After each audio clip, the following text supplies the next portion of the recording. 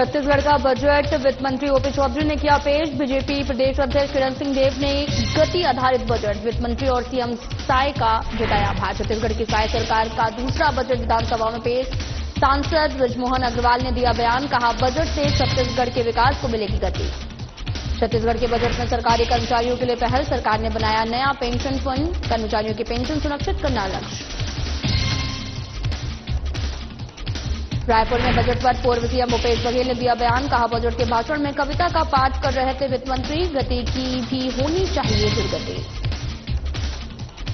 रायपुर नगर निगम महापौर के नए कार्यकाल का शुभारंभ, महापौर मीनल चौबे ने किया पदभार ग्रहण। चौबे के समर्थकों में दिखा उत्साह।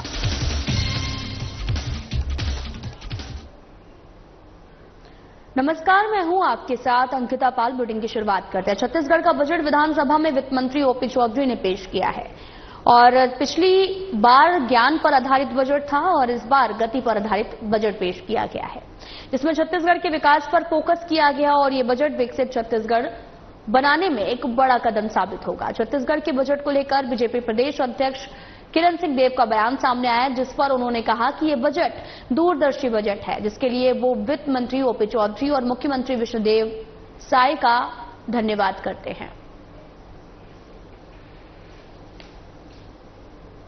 यशस्वी मुख्यमंत्री आदरणीय विष्णुदेव साय जी और आदरणीय वित्त मंत्री ओपी चौधरी जी का बहुत बहुत अभिनंदन, बहुत बहुत बधाई।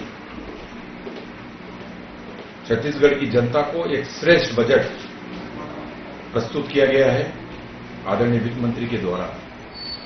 बहुस्पर्शी, बहुआयामी, सर्वव्यापी ऐसा बजट जो पूरे छत्तीसगढ़ के विकास को ध्यान में रख के लाया गया है, मैं उसके लिए बहुत बहुत बधाई देता हूं आदरणीय मुख्यमंत्री जी को, आदरणीय वित्त मंत्री जी को। सभी वर्गों का, सभी क्षेत्रों का विकास की दृष्टि से समुचित ध्यान दिया गया है इस बजट में। हमारे विशेषकर बस्तर सरगुजा ऐसा वनवासी क्षेत्र है, वनवासी अंचल है और वहां पर विकास की अनेक संभावनाएं हैं और उसको उचित स्थान दिया गया इस बजट में। उसमें कई विकास के कार्यक्रम, कई योजनाओं के लिए और प्रावधान बनाए गए हैं। साथ ही शिक्षा के क्षेत्र में, स्वास्थ्य के क्षेत्र में, पेयजल व्यवस्था को और निरूपित करने की दृष्टि से हो, युवाओं की दृष्टि से हो, हमारी मातृ शक्तियों का संबल बढ़ाने की दृष्टि से हो, चाहे हमारे किसान भाइयों के लिए हो, हमारे उद्योग के दृष्टि से, चाहे वो बड़े उद्योग हों, लघु उद्योग, मध्यम उद्योग हों, कुटीर उद्योग हों, इंफ्रास्ट्रक्चर का डेवलपमेंट को ध्यान में रखते हुए समूचे छत्तीसगढ़ के पांचों संभाग में और समुचित रूप से विकास की अनेक संभावनाएं और योजनाओं के माध्यम से परिलक्षित हुई हैं।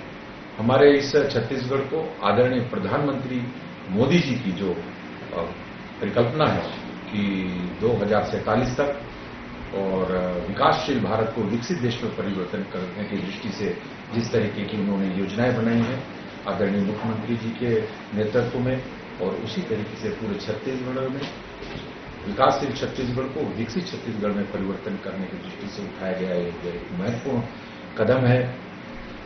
पिछला बजट ज्ञान को समर्पित था और यह इस बजट में ज्ञान को गति प्रदान करने की दृष्टि से और अनेक प्रावधान। प्रदेश के विष्णुदेव साय सरकार का दूसरा बजट वित्त मंत्री ओपी चौधरी ने विधानसभा में पेश किया है। पिछले बजट ज्ञान पर आधारित था और जबकि ये बजट गति पर आधारित है, जिसको लेकर सांसद बृजमोहन अग्रवाल का बयान सामने आया। उन्होंने कहा कि बजट छत्तीसगढ़ की प्रगति की दिशा में होगा, जिसके लिए उन्होंने वित्त मंत्री ओपी चौधरी और मुख्यमंत्री विष्णुदेव साय का आभार जताते हुए कहा कि छत्तीसगढ़ के विकास को गति देने वाला ये बजट है। विष्णुदेव सरकार का ये दूसरा बजट छत्तीसगढ़ के विकास को गति देने वाला बजट है। इस बजट में शिक्षा के लिए, स्वास्थ्य के लिए पर्याप्त व्यवस्थाएं की गई हैं। प्रधानमंत्री आवास, महिलाओं का उत्थान और युवाओं की शिक्षा के लिए नई योजनाएं लाई गई हैं। ये छत्तीसगढ़ का रजत जयंती बजट है। मैं विष्णुदेव सरकार को शुभकामनाएं देता हूं, बधाई देता हूं और इस बात की उम्मीद करता हूं कि जो रायपुर और दुर्ग के मध्य मेट्रो के सर्वे के लिए प्रोविजन किया गया है, नए रायपुर में इंस्टीट्यूशन ऑफ फैशन टेक्नोलॉजी की बात की गई है, जम्बूरी के लिए 10 करोड़ रुपए का प्रावधान किया गया है। साथ में ई बस सेवा के लिए जो व्यवस्था की गई है वो यहाँ के परिवहन को गति देगा। नए रायपुर के साथ साथ जो पुराना रायपुर है उसके विकास के लिए आने वाले समय पर सरकार के द्वारा और तेजी से काम किए जाएंगे, इस बात की मैं उम्मीद करता हूं। मेरी इस बजट के लिए विष्णुदेव साय सरकार को बहुत बहुत। छत्तीसगढ़ विधानसभा का बजट पेश हुआ जिसमें विकास का बजट पेश किया गया है और आज बजट में सरकारी कर्मचारियों के लिए पहली बार छत्तीसगढ़ सरकार ने नया पेंशन फंड बनाया है ताकि सभी कर्मचारियों की पेंशन सुरक्षित रहे और साथ ही देश में पहली बार छत्तीसगढ़ ग्रोथ और स्टेबिलिटी फंड बनाया जा सके जिसमें राज्य की आर्थिक स्थिति भी मजबूत होगी। सरकारी कर्मचारियों की महंगाई भत्ते में 3% की वृद्धि की गई है जिसको लेकर सरकारी कर्मचारी फेडरेशन के अध्यक्ष कमल वर्मा ने वित्त मंत्री ओपी चौधरी और मुख्यमंत्री विष्णुदेव साय का आभार जताया है। प्रदेश के वित्त मंत्री श्री ओपी चौधरी जी ने आज अपने बजट भाषण के दौरान प्रदेश के शासकीय सेवकों को 3% महंगाई भत्ता देने की घोषणा की है। निश्चित रूप से यह सरकार का बहुत ही सराहनीय निर्णय है। इस निर्णय के लिए हम माननीय मुख्यमंत्री जी, माननीय वित्त मंत्री जी को धन्यवाद ज्ञापित करते हैं, आभार व्यक्त करते हैं। छत्तीसगढ़ सरकार में वित्त मंत्री ओपी चौधरी ने राज्य का दूसरा वित्तीय बजट पेश किया है जिसका मॉडल उन्होंने गति आधारित रखा है, जबकि पिछले बजट ज्ञान आधारित था और ये बजट केवल शब्दों का ताना बाना है। इसमें किसानों, मजदूरों, युवाओं और अंशकालिक स्कूल, सफाई, विद्युत, ठेका कर्मचारियों जैसे अनियमितताएं जो हैं वो कर्मचारियों को नियमित करने जैसे महत्वपूर्ण विषय बजट से गायब हो गए हैं। साथ ही किसानों और मजदूरों के लिए भी पिछले बजट को भी पुनरावृत्ति की गई है। पिछला बजट गरीब, किसान, युवा और नारी आधारित था जो कि कभी पूरा नहीं हुआ। अब सुशासन आधारित निर्माण से विकास का मॉडल कहते हुए बजट पेश किया गया। इससे न ज्ञान पूरा हुआ और न ही ज्ञान को गति मिलेगी। किसान छत्तीसगढ़ सरकार के जो बजट है उससे बहुत सारे उम्मीद लगाए रखे थे, लेकिन जैसे ही यह बजट पेश हुआ और उसमें मेहनत कश वर्ग और किसानों, महिलाओं, युवाओं, बेरोजगारों, अनियमित कर्मचारियों के संदर्भ में बजट रखी गई तो यह घोर निराशाजनक रहा है। हालांकि सरकार कह रही है कि सुशासन होगा, सुशासन के तहत निर्माण होंगे, तकनीकी विकास होगा, औद्योगिक विकास होगा, ये सारी जो चीजें कही गई है, लेकिन जो स्थायी रोजगार कैसे होगा, किसानों के उनके फसल का दाम कैसे मिलेगा, कृषि क्षेत्र जो है वो रोजगार मूलक कैसे बनेगा, किसानों का आय दोगुनी कैसे होगी, इन संदर्भों में कोई बात नहीं कही गई है। और यहाँ तक कि जो अनियमित कर्मचारी जो लगातार नियमित होने के लिए सरकार से आवेदन, निवेदन और आंदोलन प्रदर्शन कर रहे हैं, उनकी मांगों को लेकर के बात कही जाती है कि कमेटी बनाई जाएगी, कमेटी उसके ऊपर विचार किया जाएगा, लेकिन अब तक उस कमेटियों का फैसला क्या हुआ और उनका आर्थिक विकास कैसे होगा, अनियमित कर्मचारी को नियमित कैसे किया जाएगा, इसके ऊपर भी कोई प्रावधान नहीं लाया गया, कोई बजट नहीं लाई गई है। पूर्व मुख्यमंत्री भूपेश बघेल का बजट को लेकर बयान सामने आया जिसमें उन्होंने कहा कि आज तक 2.25 घंटे का भाषण छत्तीसगढ़ के इतिहास में कभी नहीं हुआ।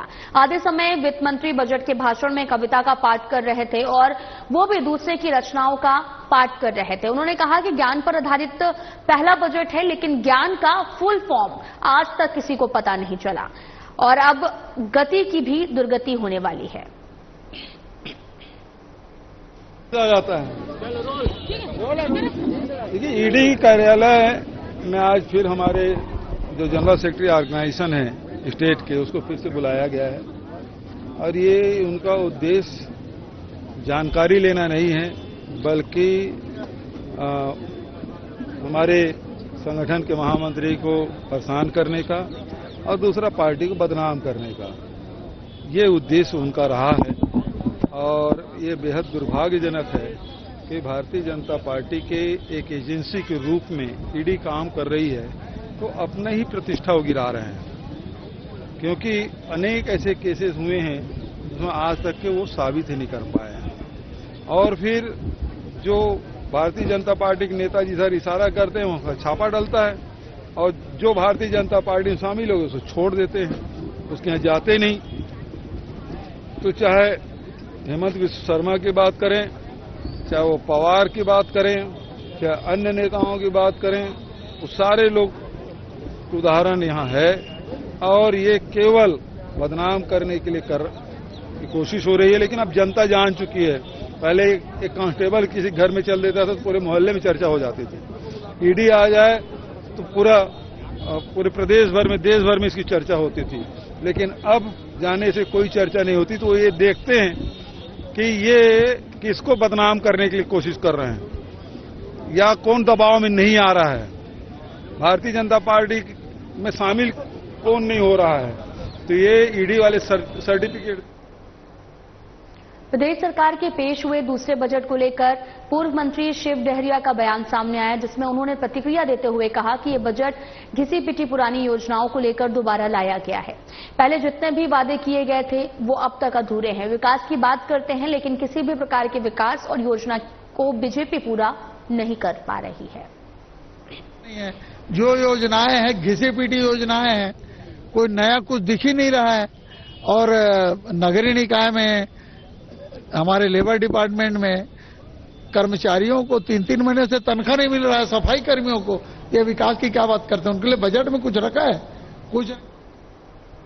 रायपुर नगर निगम महापौर के नए कार्यकाल का शुभारंभ हुआ है और रायपुर की नवनिर्वाचित महापौर मीनल चौबे रायपुर नगर निगम पहुंचे हैं और पदभार भी ग्रहण किया। महापौर चैम्बर में विशेष पूजा आरती के साथ ही मीनल चौबे ने पदभार ग्रहण किया है। इस अवसर पर महापौर मीनल चौबे के समर्थकों में खासा उत्साह देखने को मिला है और कार्यकर्ताओं ने मीनल चौबे का व्हाइट हाउस में स्वागत किया और इसी के साथ पंडितों ने विधिवत पूजा अर्चना की। मीनल चौबे को पदभार ग्रहण कराया। इसके बाद में उन्होंने महापौर चैम्बर में अपनी कुर्सी संभाली है। महापौर चैम्बर की दिशा को अब बदल दिया गया है।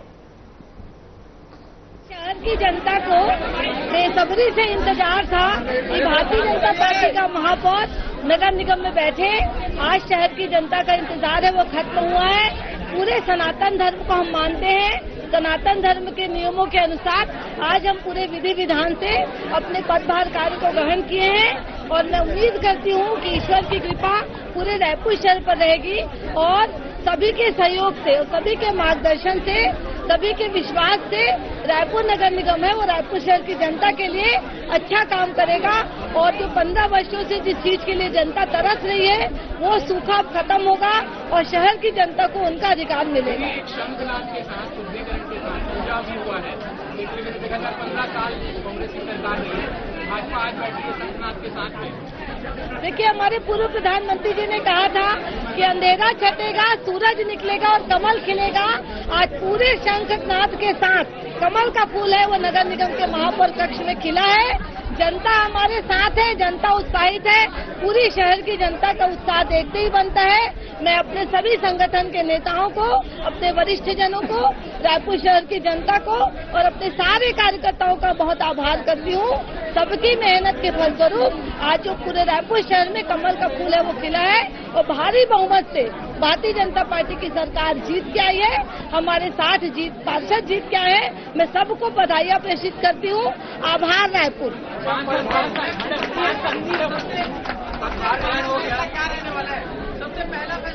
देखिए, नगर निगम है वो चतुर्मुखी दिशा में काम करती है। इसमें पहला, दूसरा, तीसरा कुछ भी नहीं होगा। पूरे शहर का संपूर्ण विकास ये भारतीय जनता पार्टी का एक ध्येय है और हमारा लक्ष्य है। हम हर क्षेत्र में अच्छा काम करेंगे।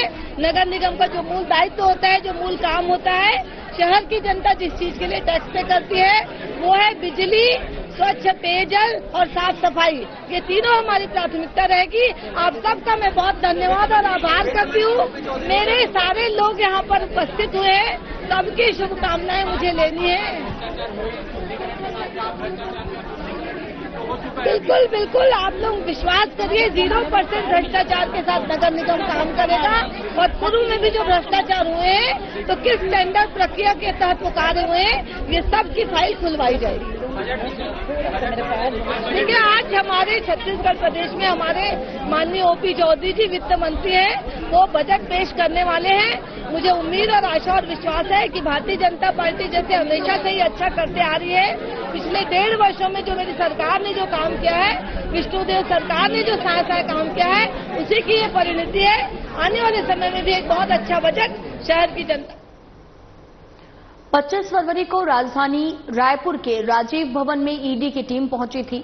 इस दौरान विधायक मलकीत सिंह गेंदू से 4 बिंदुओं में जवाब मांगा गया था। इसके बाद में विधायक मलकीत सिंह गेंदू ईडी ऑफिस पहुंचे, जवाब तलब किया, लेकिन कांग्रेस का आरोप है कि सबसे पहले तो भारतीय जनता पार्टी के इशारों पर ईडी की टीम कार्रवाई कर रही है और एक राजनीतिक पार्टी कार्यालय में पहली बार ईडी की टीम पहुंची और ईडी का राजनीतिक दल के इशारे पर काम करने के विरोध में कांग्रेस कार्यकर्ता मैदान में उतर चुके हैं। इसी कड़ी में राजधानी रायपुर के सुभाष स्टेडियम के सामने ईडी दफ्तर के बाहर कांग्रेस ने विशाल प्रदर्शन किया है। राजधानी रायपुर के राजीव भवन पहुंचती है और वहां पर 4 बिंदुओं पर मलकीत सिंह गेंदू से जो है सुझाव मांगती है और सुकमा में बन रहे जो है कार्यालय, कांग्रेस कार्यालय के बनने को लेकर के क्या कुछ इतिहास रहा था, उसका कितनी लागत से बना था, ये सब विषय पर जो है जानकारी मांगी जाती है, जिस पर कांग्रेस जो है विरोध पर आ चुकी है। आप देख सकते हैं कि यहाँ पर जो है ईडी का 1 दिवसीय धरना प्रदर्शन चल रहा है। ईडी के विरोध में जो है 1 दिवसीय धरना प्रदर्शन कांग्रेस पार्टी कर रही है। यहाँ पर तमाम जो बड़े नेता हैं, बड़े जो दिग्गज नेता हैं, वो सब यहाँ पर पहुंचे हुए हैं और काफी ज्यादा संख्या में भारी भीड़ जुटी हुई है और जो कांग्रेस के कार्यकर्ता हैं, तमाम कार्यकर्ता ईडी के विरोध में यहाँ पर 1 दिवसीय धरना प्रदर्शन करने के लिए पहुंचे हुए हैं। यहाँ पर आप देख सकते हैं कि पीसीसी चीफ दीपक बैज भी यहाँ पर पहुंचे हुए हैं और साथ ही साथ तमाम जो बड़े कार्यकर्ता हैं वो सभी यहाँ पर एकजुट हुए हैं और यहाँ पर जो है ईडी के विरोध में 1 दिवसीय धरना प्रदर्शन किया जा रहा है। इनका आरोप है कि उनकी जो है निजी संपत्ति के बारे में पूछा जा रहा है। मलकीत सिंह गेंदू से आज एक बार फिर से जो है ईडी में वो पहुंचे हुए ईडी के ऑफिस में और वहां पर भी प्रदर्शन कर रहे हैं। यहाँ पर जो है सवाल जवाब दे रहे हैं और इसी कड़ी में एक बार फिर से जो है ईडी के विरोध में ये प्रदर्शन किया जा रहा है। सर बताएंगे कि क्या कुछ प्रदर्शन में है? देखिए, 1-1.5 साल से लगता है पूरे देश में ईडी का कोई काम नहीं है, केवल छत्तीसगढ़ में ही काम है। इन्फोर्समेंट डायरेक्टरेट जो विभाग होता है वो उसकी स्थापना क्यों हुई है? क्या राजीव भवन में छापा मारने के लिए हुई है? क्या कांग्रेस के नेताओं के जांच करने के लिए हुई है? यही भारतीय जनता पार्टी के 2 बड़े दफ्तर हैं। एक 150 करोड़ का है कुशाभाऊ ठाकरे और एक यहाँ पर है जिसमें 1.5 करोड़ रुपया महीने का किराया आता है। क्या ईडी को इसको संज्ञान में नहीं लेना चाहिए? कांग्रेस के एक कार्यकर्ताओं ने अपनी सहयोग राशि दी है, तब ये दफ्तर जाके बने हैं। उसकी भी अगर जांच हो रही होगी तो यहाँ तो भारतीय जनता पार्टी के जितने नेता हैं उतने नेताओं के जाकर के अगर ईडी चले जाए ना तो उनके घर में उतनी कीमत की तो गाड़ी होगी जितने कीमत की राजीव भवन बनी हुई है। तो आज अनावश्यक प्रताड़ना के खिलाफ हम लोग यहाँ धरने पर बैठे हैं और आगे भी ये आंदोलन जारी रहेगा। ऐसी पहली पॉलिटिकल पार्टी है जहां पर पॉलिटिकल पार्टी के ऑफिस में घेराव हुआ है, ईडी की टीम आई है। क्या देखिए, भारतीय जनता पार्टी की विचारधारा को जो नहीं मानता, जो उनकी गलत नीतियों का विरोध करता है, कोई भी राजनीतिक दल हो, उसके खिलाफ में ईडी, आईडी, सीबीआई का वो दुरुपयोग करके भारतीय जनता पार्टी डराने का काम करती है, धमकाने का काम करती है। छत्तीसगढ़ के कांग्रेस के राजीव भवन में घुसने का काम किया और प्रदेश अध्यक्ष को एक सम्मन जारी किया। महामंत्री को 8 घंटे से ज्यादा ईडी कार्यालय में जबरन बिठाला गया और बेवजह की बातों को पूछने का काम, मैं समझता हूं भारतीय जनता पार्टी कांग्रेस पार्टी को समझ नहीं पाई। कांग्रेस पार्टी न डरने वाली है न भगने वाली है। हम तो इस देश की आजादी को दिलाने वाले कांग्रेस पार्टी के लोग हैं। स्वतंत्रता, सैकड़ों स्वतंत्रता संग्राम सेनानियों ने अपनी आहुति दी, उसके बाद कांग्रेस पार्टी, उसके बाद ये देश आजाद हुआ। हम जेल से, गोली से या पुलिस की लाठियों से डरने वाले नहीं। कोई भी डरा धमकाकर कांग्रेस पार्टी को झुका नहीं पाएगा। कांग्रेस पार्टी आज मलकीत गेंदू जी को ईडी अपने दफ्तर में बुलाई है, वो सवाल का जवाब दे रहे हैं। पहले भी उन्होंने दिया, हम डरते नहीं। अब ये कांग्रेस पार्टी के तमाम लोग यहाँ पर बैठे हैं। ईडी को चेतावनी है कि अब अगर दूसरी बार ऐसा किया जाएगा तो अब उनके कार्यालयों में और उनके घरों में घुसने का काम कांग्रेस पार्टी करेगी। तो आप देख सकते हैं कि किस तरीके से जो है ये प्रदर्शन यहाँ पर जारी है। सर, आज एक और बजट प्रस्तुत हो रहा है और आप आज यहाँ पर प्रदर्शन बैठे। देखिए, हम लोग लोकतंत्र को बचाने के पसंद नहीं आया। लोकतंत्र को बचाने के लिए लड़ाई लड़ रहे हैं हमारे कांग्रेस पार्टी और जिस तरह से सेंट्रल एजेंसियां देश के इतिहास में पहली बार किसी पार्टी के कार्यालय में जाते हैं, नोटिस देते हैं और जवाब मांगते हैं, हम लोगों ने सहजता से जवाब भी दिया, लेकिन सवालों से हटकर सवाल पूछना, हम लोग तो एक एक पाई का हिसाब देने को तैयार है, लेकिन ये सरकार ईडी के माध्यम से, कभी तो अपनी स्टेट के पुलिस से, जासूसी के माध्यम से आखिर किसको डराना चाहते हैं, ये सबसे बड़ा सवाल है। क्या जनता के मुद्दे उठाना क्या वो भी गलत है? क्या जनता की लड़ाई नहीं लड़ सकते? सरकार की विफलताओं को लेकर लड़ाई नहीं लड़ सकते? मतलब सरकार नहीं चाहती कि प्रदेश में कोई विपक्ष रहे, सरकार नहीं चाहती कि कांग्रेस के नेता यहां पे मजबूती के साथ लड़ाई लड़े, वो बिना विपक्ष का चाहती है, लेकिन छत्तीसगढ़ में कांग्रेस मजबूत है, मजबूती के साथ सरकार के खिलाफ में लड़ाई लड़ रहे हैं और डबल इंजन सरकार कहीं न कहीं यही डर के वजह से ईडी और जासूसी करवा रही है, लगातार डराने का काम कर रही है। इससे कांग्रेस के कार्यकर्ता और नेता डरने वाले नहीं है। तो बिल्कुल आप देख सकते हैं कि कांग्रेस का साफ तौर पर यही आरोप है कि जो है ईडी जो है बिना मतलब का उन पर आरोप लगा रही है और जो है कांग्रेस पर मजबूत विपक्ष के रूप में कांग्रेस अपनी भूमिका निभा रही है, लेकिन उन पर डर का माहौल बनाया जा रहा है, उन्हें डराया धमकाया जा रहा है और इस तरीके से जो है निजी संपत्ति के बारे में उनकी जानकारी दी जा रही है ताकि उन्हें नीचा दिखाया जा सके, उन्हें डराया धमकाया जा सके। तो कैमरामैन वीरेंद्र के साथ मैं छाया जायसवाल, साधना प्लस न्यूज रायपुर। राज्य शासन के महिला और बाल विकास विभाग की ओर से संचालित मुख्यमंत्री कन्या विवाह योजना के तहत कोंडागांव के D&K कॉलोनी ग्राउंड में एक सामूहिक विवाह कार्यक्रम का आयोजन किया गया और इस कार्यक्रम में 150 जोड़े परिणय सूत्र में बंधकर दाम्पत्य जीवन की शुरुआत की है। कार्यक्रम में बस्तर विकास प्राधिकरण के उपाध्यक्ष और विधायक लता उसेंडी और अन्य जनप्रतिनिधियों ने नवविवाहित जोड़ों को आशीर्वाद दिया है। विधायक लता उसेंडी ने नव दंपतियों को शुभकामनाएं देते हुए कहा कि कोई भी गरीब परिवार अपनी बेटी के विवाह के लिए आर्थिक दबाव महसूस न करे।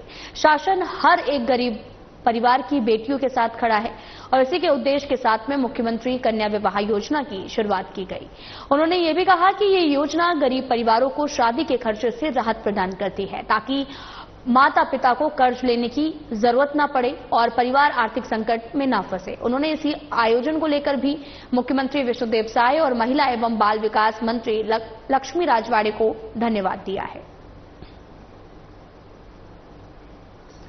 आपको तस्वीरें दिखा रहे हैं, तस्वीरें कोंडागांव की हैं जहां पर महिला और बाल विकास विभाग की ओर से मुख्यमंत्री कन्या विवाह योजना का आयोजन किया गया और मुख्यमंत्री कन्या विवाह आयोजन के दौरान 150 जोड़े परिणय सूत्र में बंधे हैं और साथ ही आपको यह भी बताते चलें कि ये आयोजन किया जा रहा है जिसमें दहेज की जो प्रथाएं होती हैं उसको लेकर तमाम तरह की डिमांड रखी जाती हैं और इस दौरान विधायक लता उसेंडी ने भी कहा कि जनप्रतिनिधियों ने नवविवाहित जोड़ों को आशीर्वाद दिया है और उन्होंने ये भी कहा कि नव दंपतियों को शुभकामनाएं देते हुए कि परिवार अपनी बेटी के विवाह के लिए आर्थिक दबाव महसूस न करे। शासन हर एक गरीब परिवार की बेटी के साथ में खड़ा हुआ है।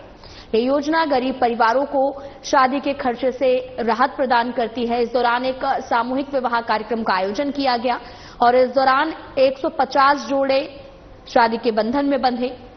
विधायक लता उसेंडी ने यहां पर शिरकत की। विधायक ने नव विवाहितों को आशीर्वाद भी दिया और साथ ही उन्होंने कहा कि इस आयोजन को लेकर मुख्यमंत्री विष्णुदेव साय और महिला एवं बाल विकास मंत्री लक्ष्मी राजवाड़े का धन्यवाद किया है।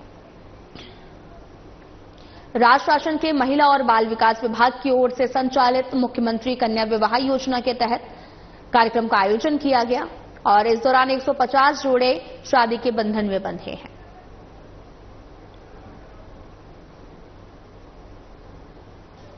फिलहाल बुलेटिन में इतना ही। नमस्कार।